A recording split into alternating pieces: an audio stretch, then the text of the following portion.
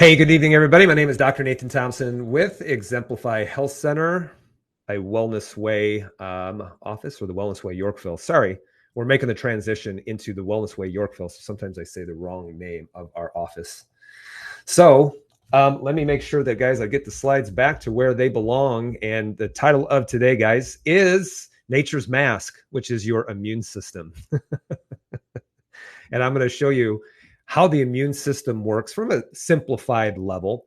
And guys, I think if you can understand this is how the immune system works, then you don't have to live in fear, and you can be empowered on saying, hey, what can I do in order to strengthen my body to be able to withstand any virus or any bacteria or anything for that matter? So I think people are waking up. There are certain people who may never wake up. That's okay. But as long as we keep waking up more people, then we can actually start taking control of our health versus always relying on mandates and always relying on other people to try to get us better. So I'm a huge fan of personal accountability and personal responsibility, guys. It's one of the biggest things that I will always say. Who's responsible for your health? You are. And the government isn't. You are. No one else is responsible but you. So while we have people jumping on, guys, please make sure I'm reading some of the comments. Please make sure that you say hello. Please also make sure that you let us know where you're watching from. Right now, we are streaming live on YouTube and on Rumble and on 3 different platforms on Facebook, also on Instagram as well. So make sure, guys, I always appreciate when you say hello and just let me know who's watching and where you're watching from. I always get a kick out of that, and I am forever grateful for that. So, guys, just a couple of things. Coming up Tuesday, September 19th, if you are from the Chicagoland area, please register for the inflammation event in person. This is at the Wellness Way Yorkville, 6 o'clock p.m. on Tuesday. I have so many people who reach out to me and they're asking me questions without any kind of context. And honestly, guys, I would love to answer the questions, but it's impossible. I'm not trying to ignore you. I either don't have time or the question requires so much explanation and things like that. Guys, if you are from the Chicagoland area, please get to the inflammation talk, guys. If you can understand that first and foremost, it will make sense why so many people have weight loss resistance, why many people have infertility and hormone problems and cancer, thyroid disease, all of these, type 2 diabetes, autoimmune conditions, hormone issues, whether it's their thyroid or whether it's estradiol, progesterone balance, whatever it might be, testosterone. If you understand inflammation, you're going to understand that the body responds to the immune system. The body is responding to the immune system. When I go over the immune system tonight, it's going to make a whole lot of sense. And guys, if you are not from the Chicagoland area, if you are from the contiguous 48 states here in the United States, please make sure, guys, that you get registered for the webinar, the inflammation webinar. I know that I have a lot of people and they reach out to me, say, hey, how can I work with you? And so we provided a way. If you register for that webinar and you follow it all the way to the end, there's going to be an opportunity and a link to be able to register a discovery call with me. And that way you can send me your labs. I'll take a look at it, recommend testing, and then we'll be able to go from there. So make sure that you get on that inflammation webinar. All you have to do is go to the top of the page to Linktree. You will see where you can register in-person inflammation event, or you can register for the webinar. And again, if you are in the contiguous 48 states, not in the Chicagoland area, please make sure you go to the webinar. If you're from the Chicagoland area, please make sure you're at that in-person event, because we have more space for in-person than we do to be able to work with people remotely. And then finally, October 24th, guys, this is one of the things I am so excited about. We are at a point now in our office where we do 2 events a year. That's it. I used to do 12, 15. And then we just said, we're going to do 2 events, make a big impact. The first one is our Man Up event that we do for men only. And that's a kind of 4-week mentorship. But the I Disagree event with Dr. Patrick Flynn, he's kicking off his new book tour called I Still Disagree. And if you don't follow Dr. Patrick on Facebook, Instagram, on Twitter, and on TikTok, guys, he's got probably a combined 1 million followers. He's going to be here and he's going to go over I Disagree, guys. This is an unbelievable, amazing event. I would love, it doesn't matter if you could fly in if you want to, and this would be worth it for you. October 24th from 6 o'clock to 9 o'clock. It's on a Tuesday. And if you've never heard Dr. Patrick speak, it is absolutely incredible. It really, really is. And no, it will not be recorded. He does not record this event. This is an in-person only event. And so please get registered for that, guys. It is absolutely, I promise you this, it's incredible. Tickets are going to be going up on September 24th. The ticket price is going to be going up. So make sure you get the early bird discount so you can save some money on tickets. And also refreshments are going to be provided. And we're expecting about 200 to 250 people at that event. And I'd love to see you there. So let's go into our detail about, hey, this is how the immune system works. You have a mask, it's nature's mask, and it's also known as your immune system. The other day, I did a video about the toxicity of NK94 mask, which is that disposable mask, that you would take out of the box and put on and put it in your car and have it dangle there for, the next 4 or 5 days. And I said, hey, there's research out there that shows that they are toxic. I even put the picture of the study on it, and people still didn't want to believe it. So it makes you wonder that some people, you'll never change their mind because they're so deep into the rabbit hole that it's too mentally painful to actually be honest, intellectually honest, and then just decide to change. So here's a couple of studies that come through this, because the reality is that, I think it's kind of silly if we're arguing whether, if a mask is toxic or not, because honestly, you don't need one.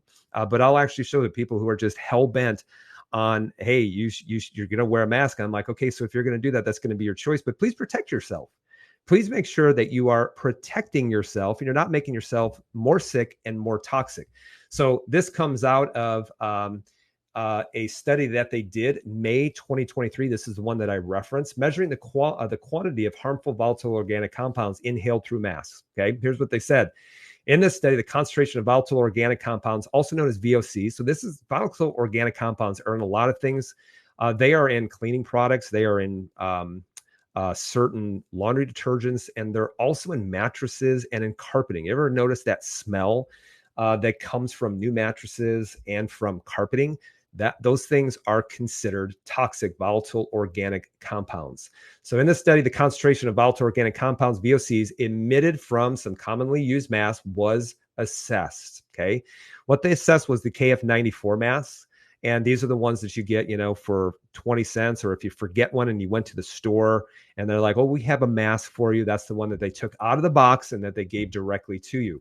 So in KF94 masks, they are going over the specific of volatile organic compounds, but they said VOCs were detected at concentration between 23 and 147 times higher than those found in masks made from other materials, such as cotton or other functional fabrics, which, by the way, didn't work at all, even worse than this mask, okay?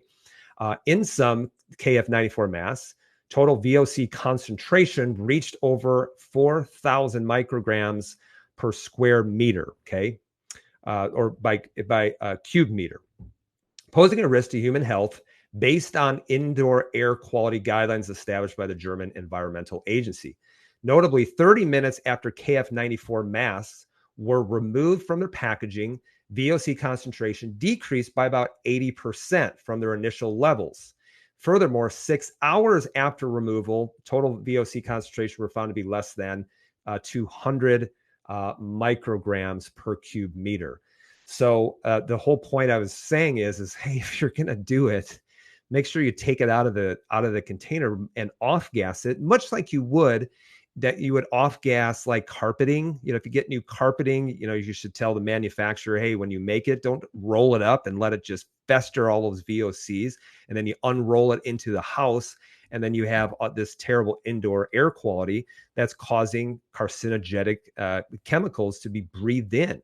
So you should off gas. In fact, you get new carpeting, you should actually open up all your windows and let it off gas for a day or so in order to get rid of those volatile organic compounds. People just, when you reference this, they just got so upset. They turned it into something that it wasn't. Here's another one from about 2 years earlier, from about 2 years ago. On the flip side of mask wearing, increased exposure to volatile organic compounds and a risk-reducing solution. So this isn't just like some one-off study. Here's what they say. Surgical masks have been worn by the public worldwide during the COVID, et cetera, 19 pandemic, yet hazardous chemicals in the petroleum-derived polymer layer of masks are currently ignored and unregulated. Here we show that surgical masks from around the world are loaded with semi-volatile and volatile organic compounds, otherwise known as VOCs, and including alkanes, polycyclic aromatic hydrocarbons, or PAHs, which you've heard of before, phthalate esters. If you've ever heard of phthalates and how it plays a role in the endocrine system, and then reactive carbonyls at nanograms to micrograms mass levels.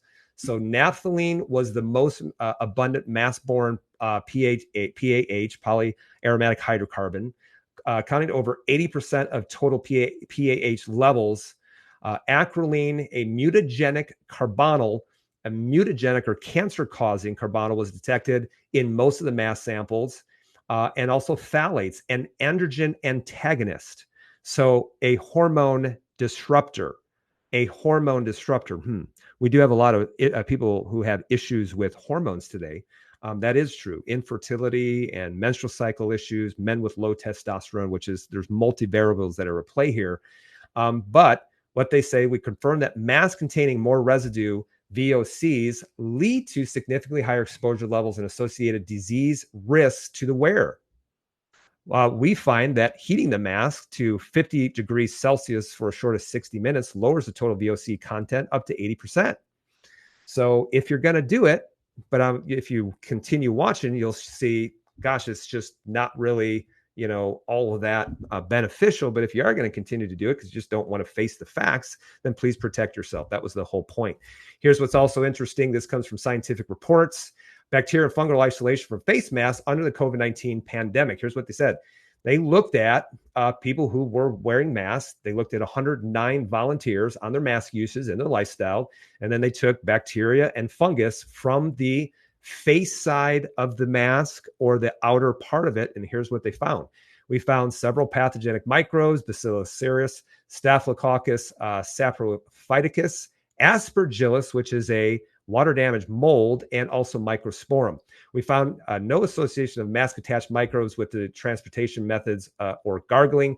We propose that the immunocompromised people should avoid repeated use of masks to prevent microbial infection. So the very people who said, hey, I'm immunocompromised, I must wear a mask, they were also causing infection. And so the immunocompromised were always the people that are getting picked on, but they wanted to wear a mask in order to prevent it, but it was actually causing more problems as well. Here's what's interesting. When they looked at the different kind of masks, the non-woven, which is the NK94 mask, and then they looked at the polyurethane, the ones that they would put like cool sayings, on there that people loved wearing. And then they looked at gauze masks, okay? So one of the things that they found is that if you look at a non-woven mask, the best it could do was the pore size was 5 to 30 microns in diameter. The polyurethane mask, the really cool mask that people would wear, is that the pore size was between 100 and 400 micrometers. And then what's interesting is if you actually look at the diameter, the width of the virus, it was 0.02 to 0.2 microns. Okay, so obviously that could get through, and then also through aerosols. So breathing, you would see that it was less than 5 microns. And then a droplet would be greater than 5 microns. So the best you could do in order to catch anything was literally if you sneezed out, sneeze there. But guys, if you're going to sneeze, why would you wear a mask? You could just sneeze into your sleeve. I don't understand that. But that also proved that so many people were saying, oh, you can have asymptomatic spread. That was not true, because once you have symptoms, you do in fact have an infection. But how many people were testing positive with no outward symptoms at all? And the reason why is because they weren't testing for infection. They were testing for actually just viral RNA that you had to dig really high into your nose in order to try to get. Imagine that. And so when you look at the actual pore size, the best it could do was stop some droplets, but not necessarily aerosols of the virus itself. So, and then on top of that, it was collecting bacteria, which have a higher width, higher diameter, and you're getting bacteria that were getting collected on the inside, and then you were actually getting specific mold on the outside. So imagine that. So let's talk about that. I only wanted to go over that only because there's so many people that are arguing. Like, I'm just trying to protect yourself here. But let's talk about, you have a defense mechanism, guys. So many people think that there's just so left, that they're naked when it comes to anything that involves a bacteria or a virus or anything like that. So let's explain what the immune system actually does. First thing that I want to tell you is that you do have a defense mechanism, and it's called your immune system. Okay. You do have an immune system. But here's the thing. There's no such thing as immunity. There's no such thing as immunity. Immunity doesn't exist. And in fact, what you really do have is you have sufficiency through exposure. Let me give you an example. Here's how you know that immunity doesn't exist. If you are looking at this slide, you see, oh, look at, there's shingles. Oh, look at, there is a cold sore on the lips. Well, what are those? Those are persistent viral infections that come out when you become immunocompromised. Who gets shingles? People who are immunocompromised. When do people get a herpes outbreak on their lips or other places? When they become immunocompromised. What's interesting is you'll even see women break out in cold sores at certain different times of their month, of their menstrual cycle, because of your hormones playing a role with your immune response and things like that. How about this? You have 100 trillion bacteria that live in your colon. So you have more cells that live in your colon than you do of cells that make up you. And so, guys, that your immune system is always fighting a battle with foreign invaders, and it's always doing its job as long as the immune system stays sufficient. There's only sufficiency, though, through constant exposure, because the immune system is really more like a muscle than it is some kind of static organ that doesn't change. Your heart is a muscle. Your immune system works like a muscle. Your organs need a certain level of stress in order for them to change, in order for them to adapt. And if you provide no stress to them, then they become weaker, just like muscle, just like your fitness. And I want to give you a perfect example. Let's say that you are driving home and a possum walks out right in front of you while you're on the road, and you run over the possum. And obviously that's kind of gross, but possums are kind of ugly animals anyway. And you run over and you kill the possum. Now, you don't, decide to stop. You know that the possum is dead, but you decide, hey, 10 days later, let's go back and let's see what's going on with that possum. So if no one ever removes him off of the road and you go back to that possum, you're going to notice a couple of things with that possum, especially if it's really hot outside. You're going to notice that its skin is starting to decay. You're also going to notice that it's probably extremely bloated. If not, it is already that their belly has exploded with so much gas. And I want you to think of it. What happened over that 10 days?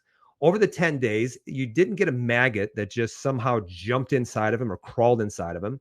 You didn't get a bacteria that somehow said, oh, that's dead. Let's go ahead and start to digest it. No, there's bacteria already on his fur. There's bacteria in the belly. And once an organism dies, the immune system stops fighting the battle. So those bacteria continue to grow unchecked and continue to digest the tissues.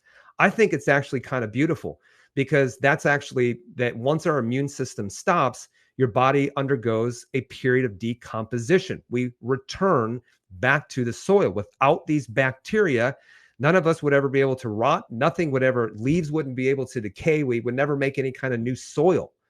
But it didn't jump in and get you. That's the biggest thing. It was already there. And what caused it to grow unchecked? Because the immune system ceased to exist as soon as you ran over that possum. So I want you to think of it. That possum didn't catch anything. Nothing got inside of it. And in fact, if you ran it over and decided, hey, we should put a mask on this possum to make sure that it doesn't decompose so quickly, that's not going to work either. And so these viruses, your immune system is always fighting a battle between bacteria and virus. Who says so? Guyton and Hall's medical textbook of physiology. So let's go to Guyton and Hall's medical textbook of physiology. If you're uncertain or you're unfamiliar with Guyton and Hall's medical textbook of physiology, here's what it is. It's a 1,000-page book. Basically, with any kind of postgraduate health, medical, osteopathic, chiropractic, naturopathic, this is the book. This is the go-to book. This is the book that you buy and you're supposed to read all the way through it in the first basically year and a half to 2 years of your studies. In fact, most of your boards that any kind of health professional takes, like part 1 and part 2 board, really has to do, and it comes from Guyton Hall's medical textbook of physiology. And yes, I have read through the 1,000 pages. And in fact, Even when I got out, I went back and relearned it again. But this time I started to pay a lot more attention to understanding, because the first time you learn it, you just memorize it in order to pass your class or pass your boards. But then you go back and you really, really try to understand it. So Guyton and Hall's Medical Textbook of Physiology, the 13th edition, says this about leukopenia. What's leukopenia? It means you have a lack or loss of white blood cells, or having low white blood cells. Leuko is white blood cells. Penia means a deficiency of. So here's what they say. So normally, the human body lives in symbiosis or in balance with many bacteria, because all of the mucous membranes of the body are constantly exposed to large numbers of bacteria. The mouth almost always contains various spirochetal, pneumococcal, and streptococcal bacteria. I caught strep throat. Well, these bacteria are already there lining the mucous membranes. Or I caught pneumonia. No, you didn't. You just had an overgrowth of a bacteria that is considered normal within the mucous membranes. Now, and here's what they say. These same bacteria are present to a lesser extent in the entire respiratory tract, meaning like your lungs. Now, also, the gastrointestinal tract is especially loaded with colon bacilli.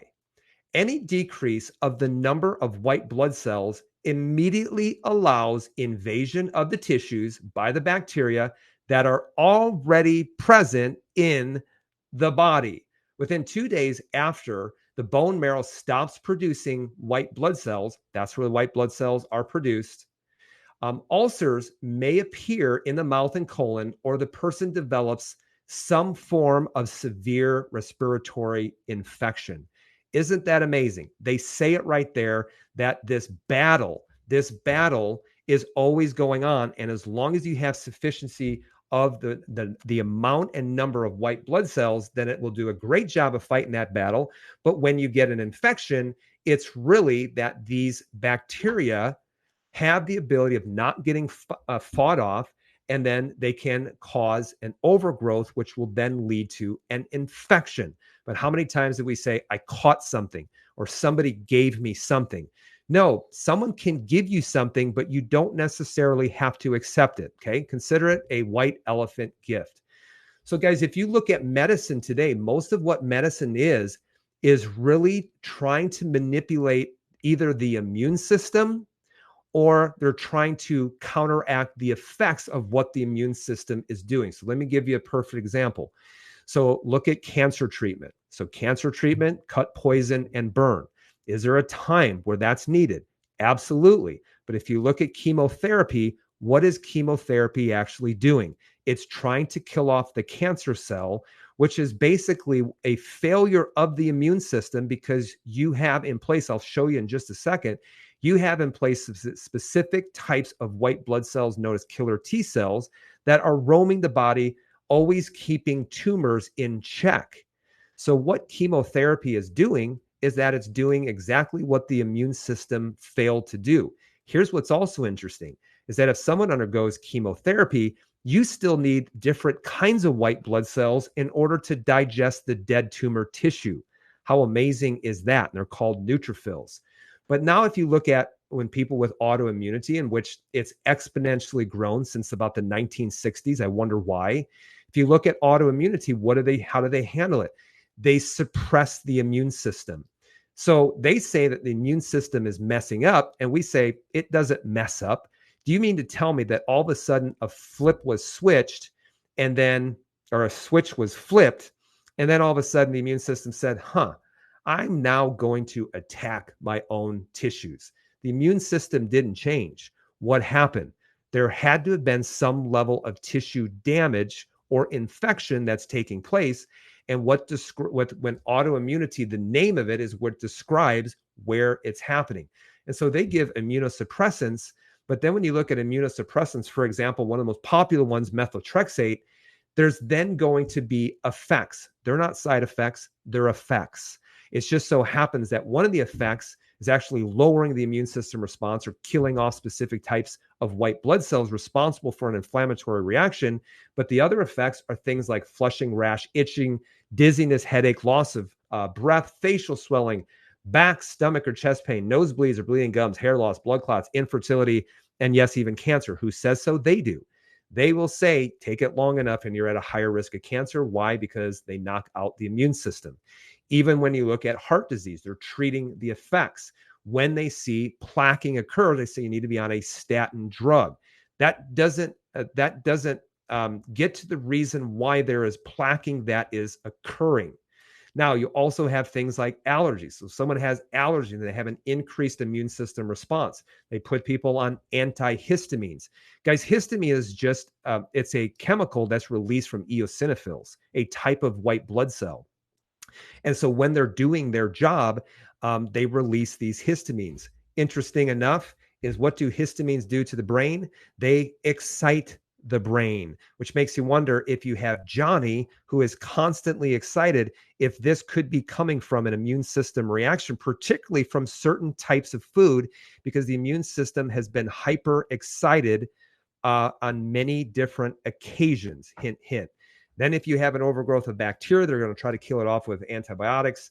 But then what's interesting is that when it comes to viruses, have you ever found this interesting, is that if someone had a bacterial infection, they needed antibiotics. But if it was a virus, then they would say, well, we don't really have anything for that, so just go home and rest.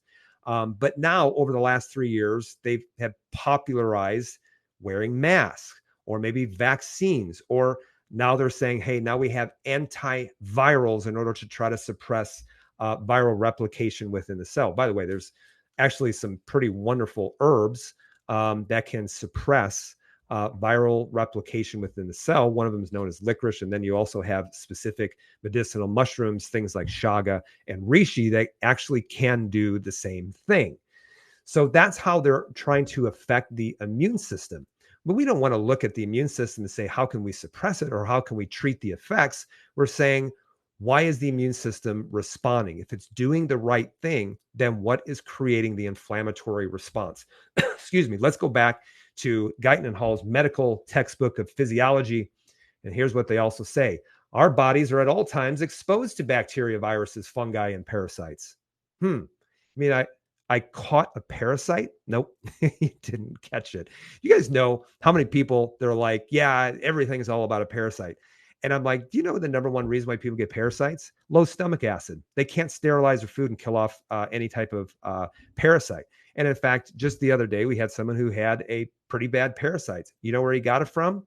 He got it from the fact he had acid reflux. He went on a PPI, proton pump inhibitor, acid lowering drug, and he lives at a farm in which he is getting water from a well that contains protozoa. And he had a really bad parasite in there. And I'm like, you didn't necessarily catch it. You couldn't kill it off. And so you just created an environment that allowed it to be able to grow within the gastrointestinal system.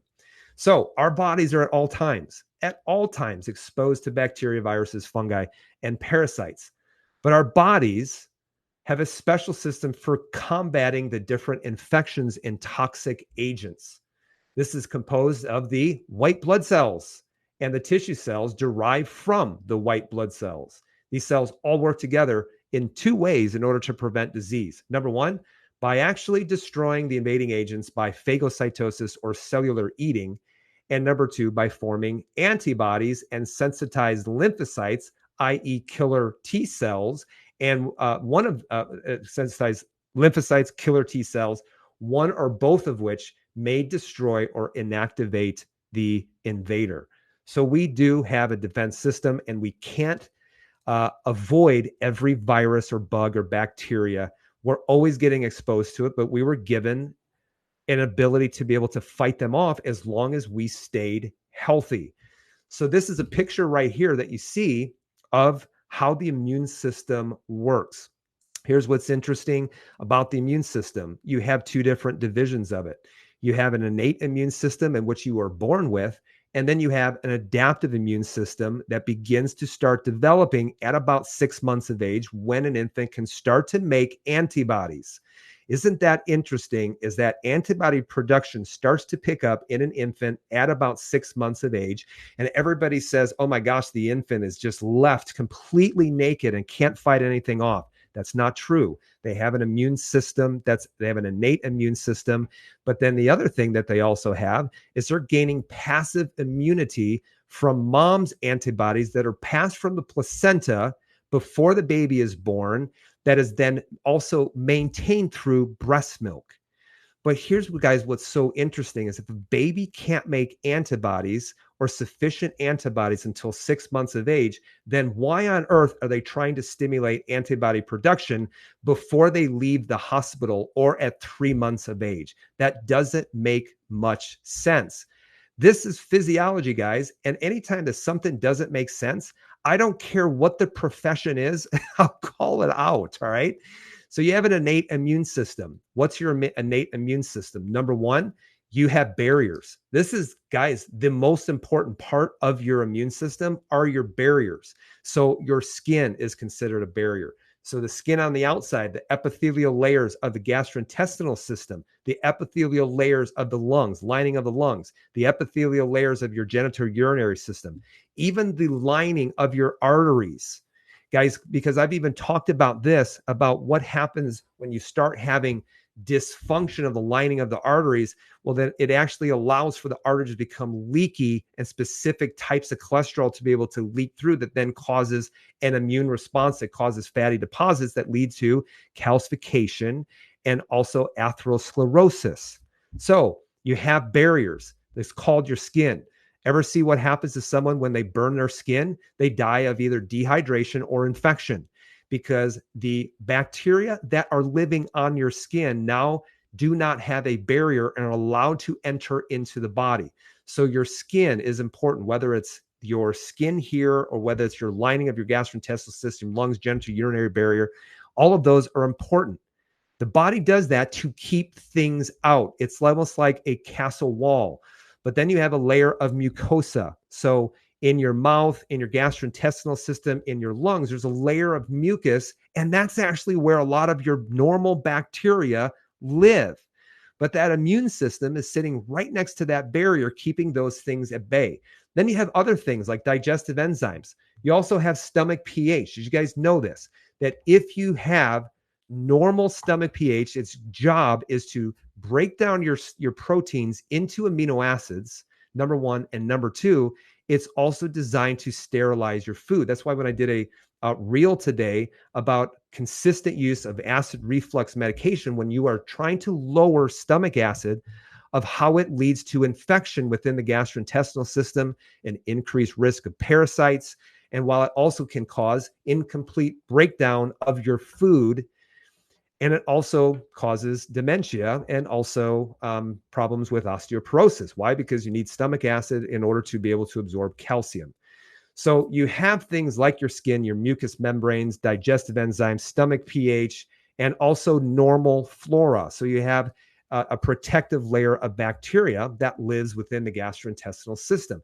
This is called your innate immune system, also known as your barriers. You also have a complement system in which the body is under attack. The liver will make certain proteins that then basically call in the guard and allow for this cascade of reactions to take place so the immune system can work more efficiently. And then you also have your innate immune system, which doesn't require any training, is you have certain cells that are designed to immediately handle bacteria and also viruses. So you have things like neutrophils, also known as the little eaters, most abundant white blood cell in your body. It actually turns it over within the bone marrow about every 3 to 4 days. Neutrophils are little eaters, and they have mostly a bacterial component to it. And then they also do have a viral component to it if a specific virus has been tagged by an antibody. Then you also have another innate cells, and these are known as your antigen-presenting cells, also known as macrophages. In fact, if they're within the tissue, they're called dendritic cells. So you have these macrophages within your gastrointestinal system, and they're roaming there. They're actually looking for a bacteria, or they're looking for a virus. And if they see something that's foreign, they digest it. And then what they do is they take the proteins, the fragments of those foreign proteins, and they wear it like a hat, and then they present it to your CD4 cells. CD4 actually has the biggest impact when it comes to vitamin D as well. But then you also have specific cells known as natural killer cells. And in fact, you get these from your mother when you were born, and it's passed through your cord blood. Why do you think that they don't cut the cord right away anymore? Because you're getting stem cells and you're getting mom's natural killer cells through that. Natural killer cells have a job of fighting off like a first line of defense against a virus. So you have this antigen presenting cell known as a macrophage or a dendritic cell, and it presents it to what's known as a CD4 cell. Okay, so a CD4, also known as a helper T cell. This is really, really important, guys. If you've ever known HIV is what actually destroys these CD4 cells. This is why they always test people with a CD8, CD4 count in people with full-blown AIDS, because they realize when the CD4 count gets too low, then these people are going to be a goner. So this CD4 cell is considered almost a general, because it then sends messages to other cells like your killer T cell and then to your B lymphocytes, and it relays that information to start to make antibodies. But then it also relays specific information to the CD8 cells, killer T cells, and says, hey, this is the virus that we saw, and I want you to specifically react to this, meaning they sensitize these killer T cells, and these are the snipers. Why are they so important? Because if you don't have these cells, then you'll end up with a constant innate immune system response that leads to a massive inflammatory response. So how many people maybe said, oh, this virus caused a massive cytokine storm and the body started to attack itself? You know what caused the cytokine storm? What caused it was you were so deficient in immune system cells, and you did something in order to feed those cells in order to pick that back up, i.e. echinacea, that the body just started to catch up because it had so much catching up to do. So those generals coordinate that response. And then when you look at antibody production, guys, this is just one part of the immune system. This is just one part of the immune system. Antibody response does not confer immunity. I could put a sliver underneath my skin and I could get antibodies to wood, and it doesn't mean that I'm necessarily immune to it. You know what antibodies really do? Antibodies, when they're sensitized to specific foreign proteins, all they do is they just latch on to a virus and make it too big to be able to enter into the cell. That's pretty much all they do. And also they're tagged so that some of these CD8 cells can go and find it and be able to kill it. But one of the functions of antibodies is called opsonization, which means that it covers a virus and makes it too big to be able to get received at the receptor and taken into the cell. So let's talk a little bit about barriers, guys. Talk about barriers. So we said part of your innate immune system is taking care of your barriers. Most people have never thought in a million years about their barriers on whether they're healthy or not. So if you look at barriers, let's talk about the gastrointestinal system, for example. So if someone has a really poor barrier function in the gastrointestinal system, you know what we call it? We call it leaky gut syndrome. And all leaky gut syndrome is that barrier is not strong anymore. And now that barrier begins to separate. And what happens is that you begin to leak food proteins through the gastrointestinal barrier, and the immune system starts to respond to food proteins. So what causes a leaky gut? Stress, because you're not going to break down your food or sterilize your food. Toxins. Toxins are a huge thing, like glyphosate, for example. Holy cow, if you look at glyphosate, and if you look at leaky gut and how that's increased over the last 25 and 30 years. And I'm so tired of people saying correlation doesn't equal causation, because I can make the same argument for a lot of other things. Maybe we should be investigating it and looking at why so many people today are suffering versus 25, 30, or 35 years ago. Undigested food particles like wheat gluten can do this. Certain drugs like antibiotics or non-steroidal anti-inflammatory drugs, pathogens like E. coli. Any of you ever had food poisoning? How long did it take for you to recover from that? Or even organ malfunction like your gallbladder.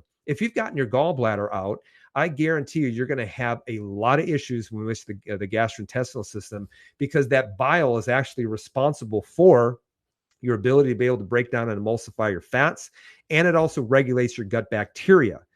So what happens is that barrier becomes sick. It becomes damaged. It starts to separate.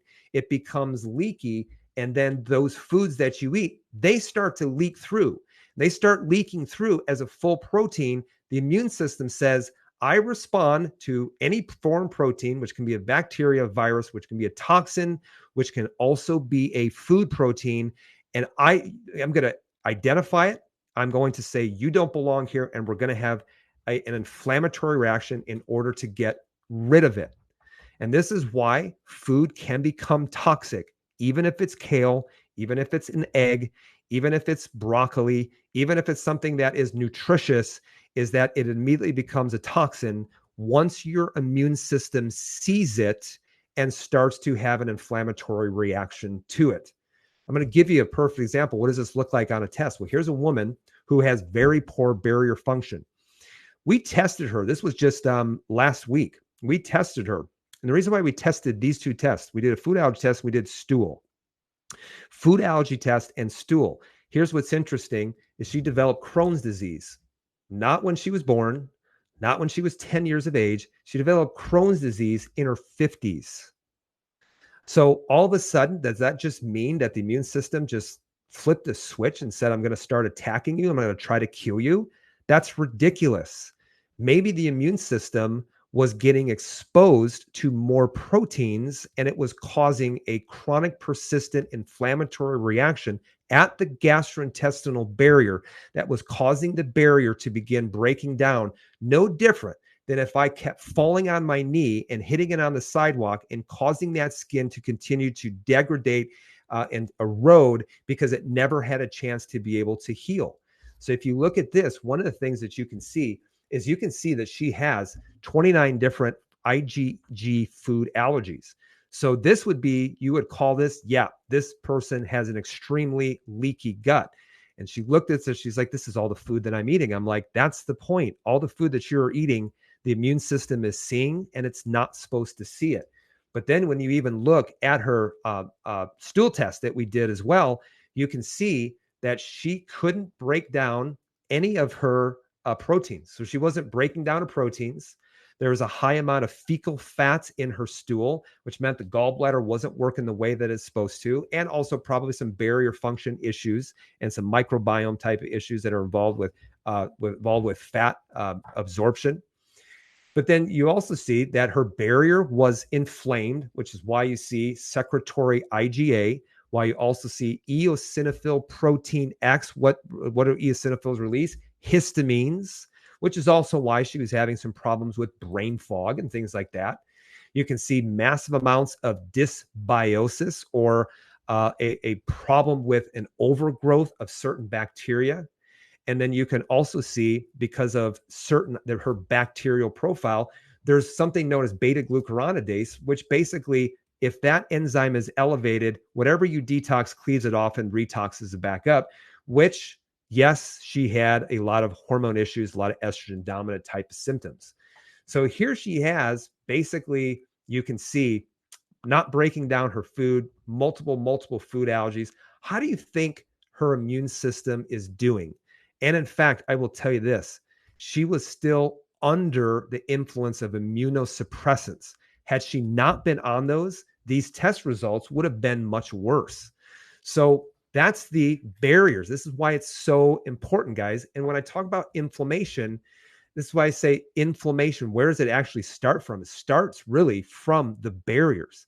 You have to take care of your barriers, and that's the most important thing. Once you lose barrier function, you become very, very inflamed. Now, what about another part of your innate immune system? Here's an awesome video.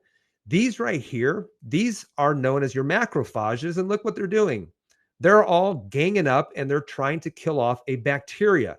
So they are drawn through it through a chemical reaction, and they immediately start to digest the bacteria. And then what they also do is they present that antigen in order for you to get a more efficient immune system response. So you do have an innate immune system, and it was there your whole life with it. So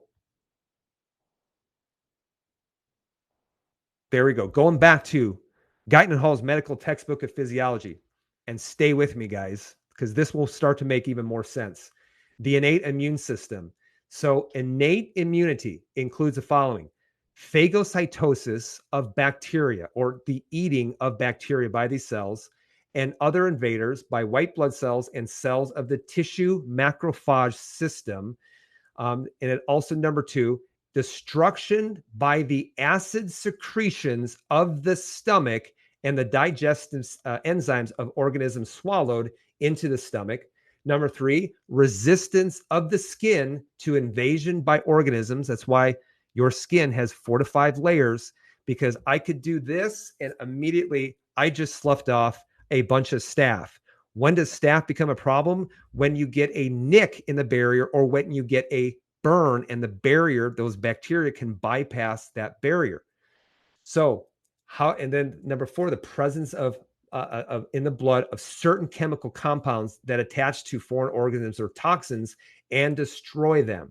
So this can be lysozyme, which is part of your complement system, basic polypeptides, part of your complement system, but then also natural killer cells, natural killer lymphocytes that can recognize and destroy foreign cells, tumor cells, and even some infected cells, i.e., when there is a viral infection. Okay.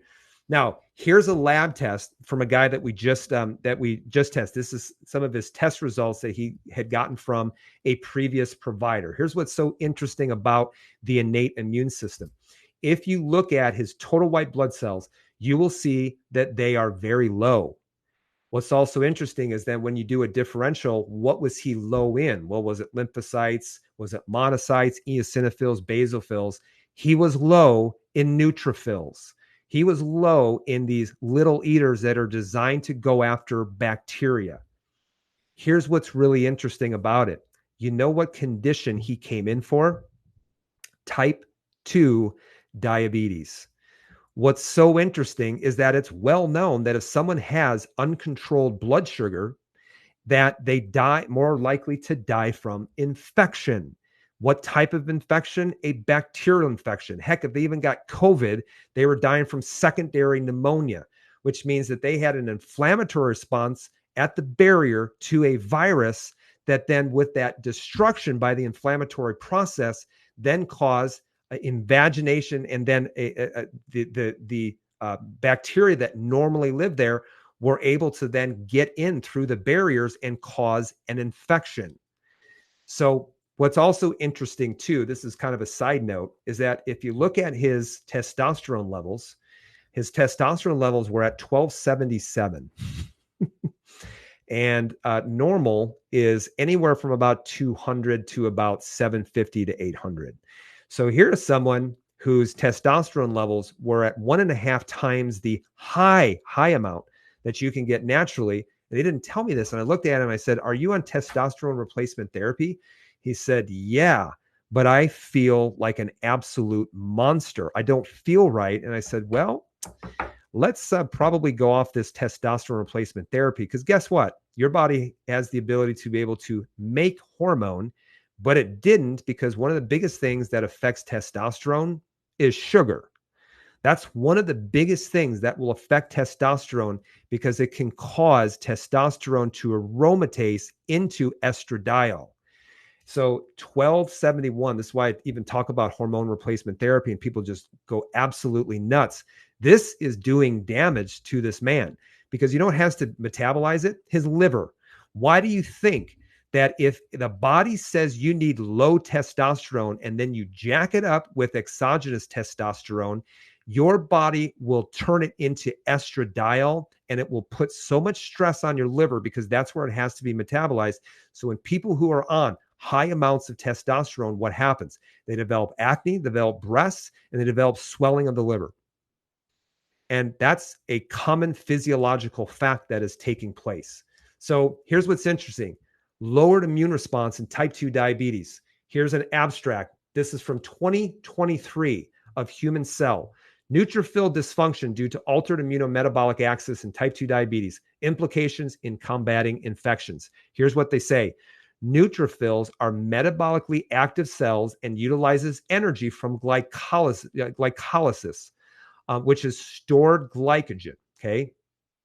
Now, metabolic changes in type 2 diabetes result in constitutive activation and impeded acquisition of effector or regulatory activities of neutrophils and render type 2 diabetes subjects for recurrent infections. That's a lot of words, but basically what they're saying is they're saying, hey, here's what's interesting is that uncontrolled blood sugar basically causes inactivation of these neutrophils, which then leads you to having issues with recurrent infections. So moving on, elevated production of advanced glycation end products. So if you've ever heard of AGEs, advanced glycation end stages, this is also why people with uncontrolled blood sugar also have joint issues, have heart disease, because the tissue becomes damaged. The immune system has to clean it up, and that will increase inflammation because the immune system is just doing its job. And it will also stimulation of inflammatory pathways. Neutrophil dysfunction diminishes the effectiveness of wound healing, successful tissue regeneration, and immune surveillance against offending pathogens. So why do you think people with type 2 diabetes have such poor skin? They have such poor wound healing. But why are they a lot more susceptible to bacterial infections? And why did the people with type 2 diabetes get bowled over by COVID? It was for this very reason. How many of the powers that be said, you know what? Maybe we should start handling type 2 diabetes a little bit better, because do you know the number of people who have type 2 diabetes or prediabetes, or even further than that, high insulin output? That means that they're becoming insulin resistant. And do you know that the proper medical treatment of type 2 diabetes will only worsen it over time? It starts out with metformin, starts out with then things like Ozempic. And then finally, those don't work anymore. Then you're taking an injectable insulin, trying to keep it, and then you will eventually lose control of it rather than get to the reason why it's happening. Here's another article. Neutrophil function impairment is a host susceptibility factor to bacterial infection in diabetes. Here's what they say. This comes from a textbook called Cells of the Immune System. It's now generally accepted that high glucose concentrations or high sugar impaired several function of neutrophils beyond their migratory capacity, including phagocytosis and bacterial killing. Healthy patients who were submitted to high blood glucose levels presented a reduction of E. coli endotoxin-induced neutrophil degranulation and exaggerated coagulation. So basically what they say is give a person high blood sugar, like i.e. Halloween, and what they see is they see a sluggish neutrophil response that makes them more susceptible to bacteria. Now you know why so many people after Halloween and after the holidays, why they all get sick. Because the very thing that's able to handle bacterial infections undergoes changes, and actually they die off early because these neutrophils will take in all of that sugar, and it causes a toxic response to the neutrophil that causes them to damage the DNA and then causes it to die off early. What they found is a reversal of these effects by lowering back down blood sugar with insulin, actually reverse those things.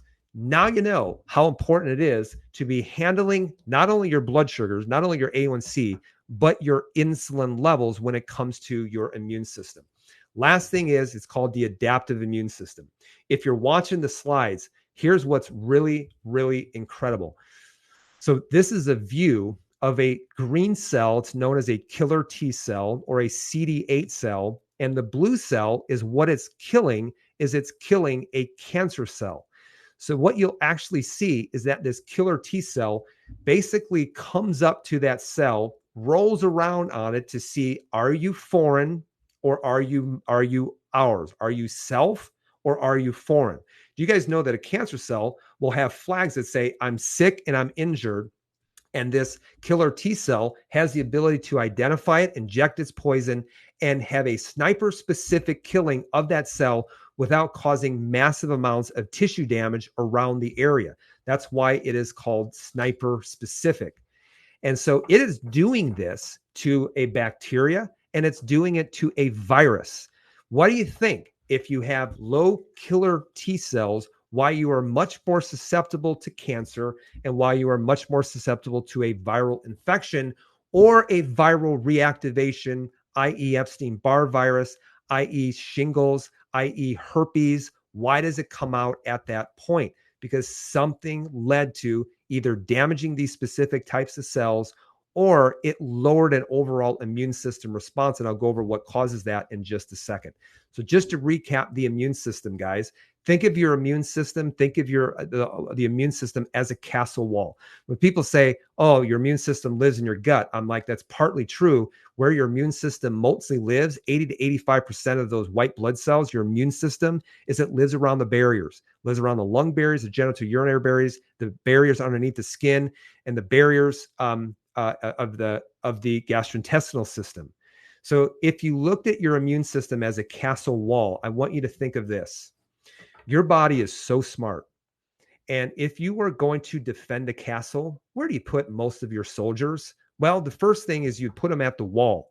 You don't put them inside the castle to try to defend the castle. You want to defend the castle as far away as possible from the castle. What's also interesting is your body does have a moat. It's called a mucus layer. So why you have a mucus layer in your gastrointestinal system, and also you have something known as secretory IgA to inactivate things prior to them entering past the barrier. So then you have an epithelial barrier, which is your castle wall. Sitting next to the castle wall, you have your macrophages, your dendritic cells. Anything that bypasses that, it presents it to the CD4 helper T cells, which are considered the general, and they report back to the castle and they say, we are under attack. Let's get to work. Those helper T cells then go to each part of that castle and says, hey, killer T cells, you're our snipers. What I need you to do is start picking off these soldiers that are trying to get past that castle wall without creating a ton of damage, without hurting the castle wall, and do it as best as possible and as efficient as possible. That's how the body works. When people say, how do you get the clinical results? Because that's how we look at the immune system. We don't look at the body as stupid. We look at it as smart. We don't think that it was some kind of weird happenstance that we crawled out of some kind of primordial soup and developed into this just absolutely complex being. We know that there is a creator, and the creator is not me. And I'm going to work with it. I'm not going to try to work against it. I would never have the audacity to think that I am God and that I'm going to manipulate a physiology, because the body never makes mistakes. It never makes a mistake. What we think is a mistake is the body trying to adapt to live as long as possible. But we're told that the body is messing up. We get a fever, the body is messing up. We have swelling, the body is messing up. We have an immune system reaction. We have to manipulate it, that the body is messing up. What if it wasn't messing up? What if we worked with it rather than against it? And that's why it's just a different perspective. But people don't want to know a different perspective. You know why? Because they've been taught and they have been brainwashed into knowing nothing about the immune system. And they've just been taught to just listen to me, suppress everything, take a drug for it. That's what you're going to do. And just shut up and be happy if it doesn't work. Because if it doesn't work, then it's all in your head. Guys, you see this right here? This right here. Can you test the immune system? The answer is yes. You can test every single cell of your immune system.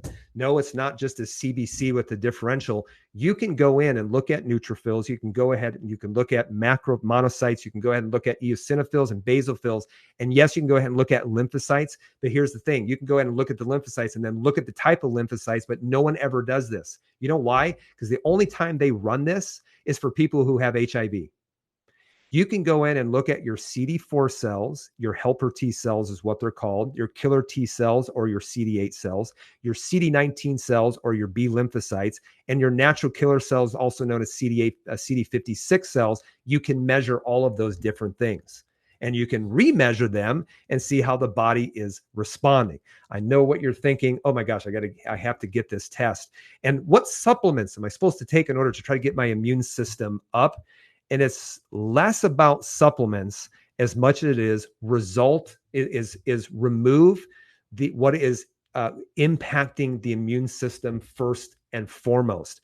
Remove the trigger. So if you look at your immune system, guys, it works like a muscle, and you have a choice. People don't realize that they have a choice. If your immune system, think of this, if your immune system was like a muscle, if it was like a muscle, then would it make sense to exercise it? You know, what we went through over the last 3 years, it was kind of like saying this, is like saying having a barbell and it was 225 pounds. And all of the experts says, don't pick up that barbell because it's going to hurt you. Don't pick it up. And in 3 years, though, we're going to have to make you pick it up. 3 years later, said, oh, I didn't get hurt. And it's awesome. But they say, pick up that barbell, and you can't because you never trained for it. And so if the immune system is like a muscle and that it needs to be stressed, then why does it make sense to not expose your immune system? Because here's what we did, is that we ran away from everything.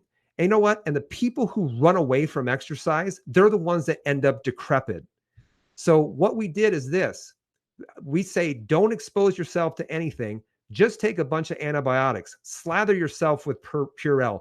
Don't go out in the sun because it causes cancer. And meanwhile, vitamin D is one of the biggest things that influences those helper T cells, CD4 cells. Then they say, hey, doesn't matter how much sugar you consume, doesn't play a role in your body's ability to be able to recover. So eat as much sugar as you want. Get, the thing, because that's the thing that's really going to save your life. And if none of that works, go ahead and wear your mask and take a picture on Facebook. What we say is this: the immune system is a muscle, and you need exposure. You need exposure to bacteria, to viruses. You need exposure because you can never run away from them. Here's what's so interesting is that when you have exposure, you will constantly be re-upping your IgG antibodies. Do you realize that if you don't have exposure anymore, those antibody production from those B lymphocytes start to go down? Why do you think that all of a sudden, when someone said, it's safe now, go out and start hugging people, kissing people, take off everything, don't socially distance, why do you think everybody got sick again? Because they had no exposure. They were trying to isolate themselves. And you know what happened? They became weaker as a result. It's no different than the person says, I am not going to exercise because I'm afraid I'm going to hurt myself. And then by the time they're 60 years of age, they can't get out of a chair, and mom and dad or son and daughter are putting them in a nursing home. Well, you have to expose yourself to stress. Here's a study from Stanford University. Here's what they said. This is from a couple of years ago. It proves the point. Stanford's study ties milder COVID-19 symptoms to prior run-ins with other coronaviruses. Here's what they say. In COVID-19 patients whose symptoms were mild, they were more likely than sicker patients to have signs of prior infection by similar, less virulent coronaviruses or cold viruses. That's interesting. You mean exposure to other coronaviruses actually helped? I thought that I had to get a very, very specific booster to a very, very specific spike protein. That's always changing. That's going to require me to need a booster depending on what the new variant is once or twice every single year. These immune cells are better equipped to mobilize quickly against SARS-CoV-2. The immune cells in question, killer T cells. They roam through the blood and the lymph. They park in tissues. They carry out stop and frisk operations on resident cells. Killer T cells taken from the sickest COVID-19 patients exhibit fewer signs of having had a previous run-in with common cold-causing coronaviruses. Duke University, they say this: Singapore scientists uncover SARS-CoV-2 specific T cell immunity in recovered COVID-19 in SARS patients and in uninfected individuals.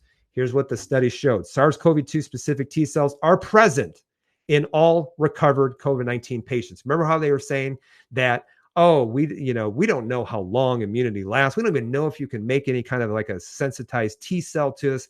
They found it in every COVID-19 recovered patients who got a natural infection. And it also suggested that a level of previous previous pre-existing SARS-CoV-2 immunity is present already in the general population. Infection and exposure to coronaviruses induces long-lasting memory T cells. Long-lasting memory T cells. You know where they sit? They sit at the site of the infection, in which you have to get an infection in order to have long-lasting T cell response, because they're going to park where the infection was, which is right next to the barrier, and which could help in the management of the current pandemic. Is anybody talking about this? I don't think so. So I want you to think of this: the immune response. If you understand physiology, the immune response begins with the barriers, then the innate immune system, then finally the adaptive. The adaptive is the last one, yet what are we trying to stimulate first? The adaptive immune system, by trying to stimulate some kind of antibody production. So here's a question. I want you guys all chime in all at the same time. Let's make sure that you're paying attention. Name a medical procedure that does this backwards in order to try to stimulate the immune system. What medical procedure goes against physiology and tries to stimulate the immune system through the adaptive first, and not with a response at the barriers, then your innate immune system response, and then your adaptive? And what is it, everybody? Go ahead and put your comments here, and I'm going to see if you have been listening. Bueller. Bueller, name a medical procedure that's doing it backwards. There you go. Thank you very much for that right answer. So here is the thing. I want you to think about this. So the people that they say that we had to protect were the people who were immunocompromised. We never did anything to strengthen those persons. And that's why people get mad at me. And I'm saying, why don't we, instead of trying to have some kind of communism and actually make everyone suffer, why don't we take the weak and help them to become strong again? Why don't we take the strong and help them to stay strong, and then take the weak and then help them to become strong again? But you know what we did? We punished everyone, and we tried to weaken everyone as a result. So the people who were most susceptible were the people who were immunocompromised. And here's the thing. Here's a study from Helio. This was from 1 year ago, almost to the day. Americans are likely to need an annual COVID-19 booster. Okay, officials say, but questions abound, because they're going to be rolling it out here very, very soon. And in fact, the reason why they have to roll out a booster is because they're only introducing a small spike protein and not the whole entire viral particle. Now, what's interesting too, because I had a couple people ask me, is they said, do I get it with the flu shot at the same time? Because they're saying, yes, you can get it simultaneously, get your booster and the flu shot at the same time. This came out a year ago.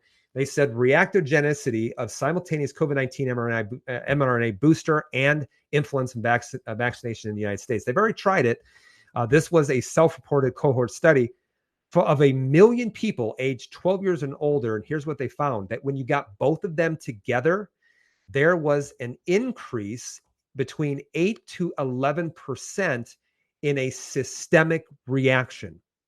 Now, if you actually look at the you-know-what, and you see how much it has been reported as far as reactivity, as far as side effects, if you know what I'm talking about, now bump that up between about 10%.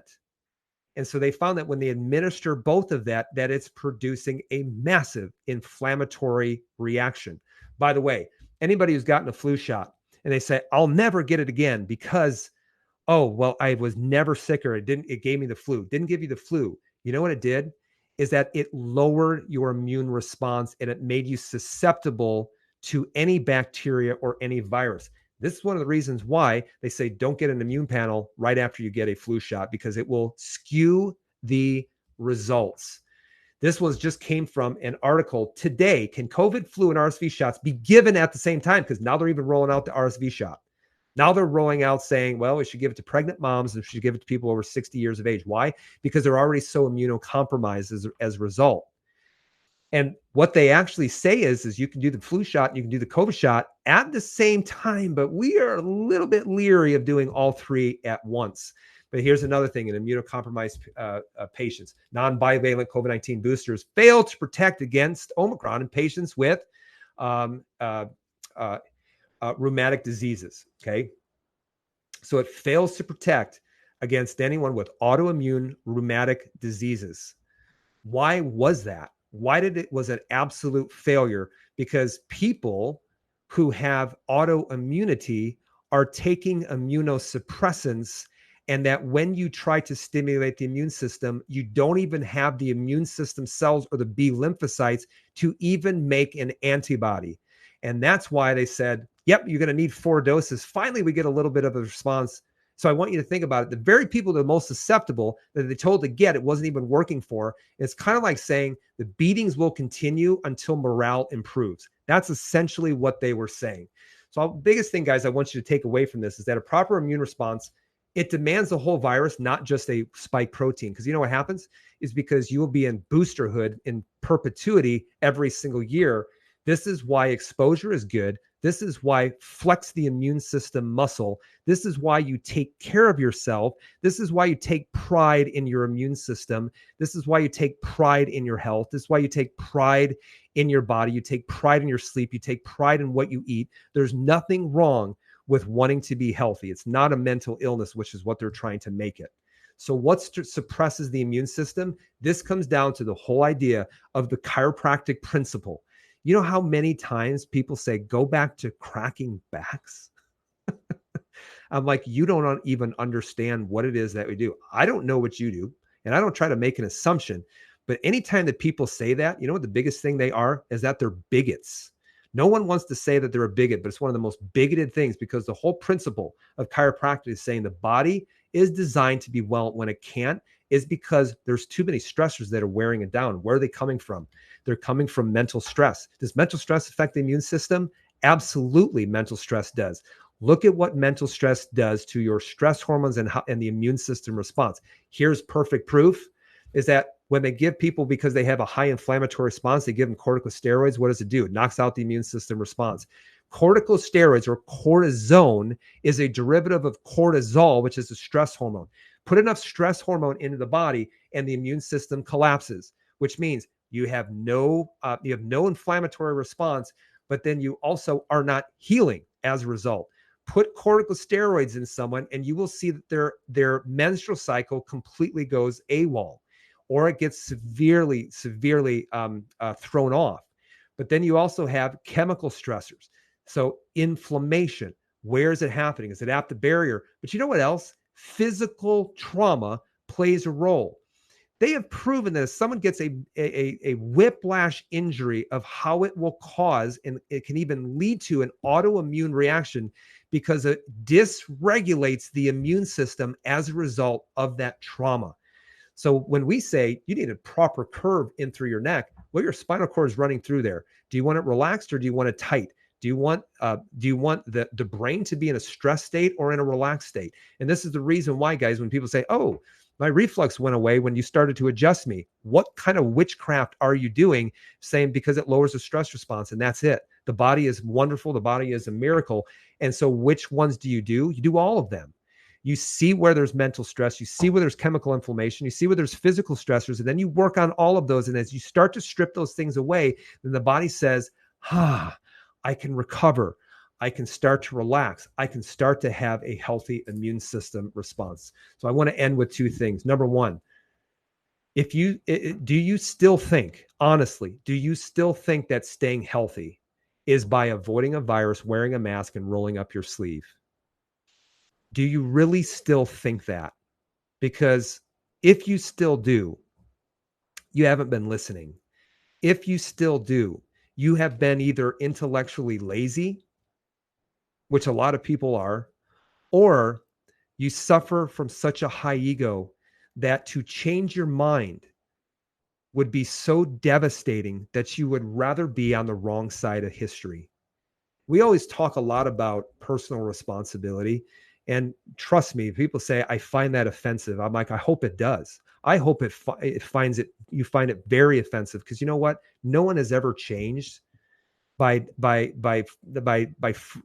everybody changes because they're offended. When I was 33 years of age, I was fat. I was fat. Somebody offended me and that got me to change. They wouldn't have said, hey, you keep doing what you were doing. Oh, just keep being fat and failing your life insurance test. That's okay, because I know you're stressed. No, somebody offended me and it caused so much pain in my life that I changed pretty quickly. No one ever changes unless they're first offended. But I want you guys to understand this. If it offends you, also know that it's coming from a place of love. Because if someone comes in sick, we say, now it's time to start getting better. And I believe in you. I know that you can do this because I've done it and I'm going to be with you every step of the way.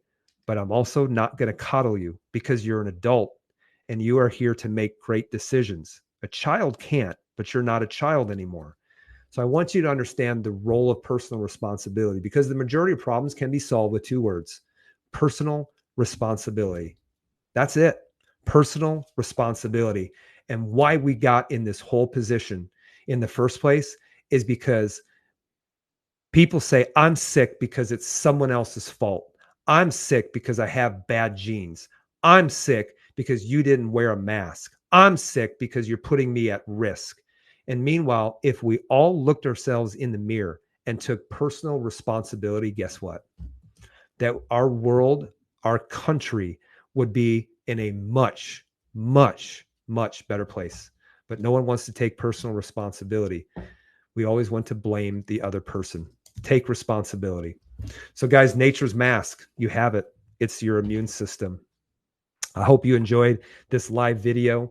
I hope you share this video with as many people as possible, as long as I don't get banned. And guys, one last thing, if you want to see this in even more detail, go to my Rumble page at Dr. Nathan Thompson, and you will see it's one of the first videos that I uploaded from probably about a year. It was about a year ago. So keep scrolling back and you'll be able to see it. And this will help you to get a better understanding of the immune system. We don't fear viruses. We don't fear bacteria, as long as we're flexing the muscle of our immune system and working on keeping it strong. So guys, be well, be blessed. I'll see you next week with a new topic. If it's not a new topic, then what we'll do is we'll do a question and answer, which I think people like even better. So guys, be well, be blessed. Remember who you are.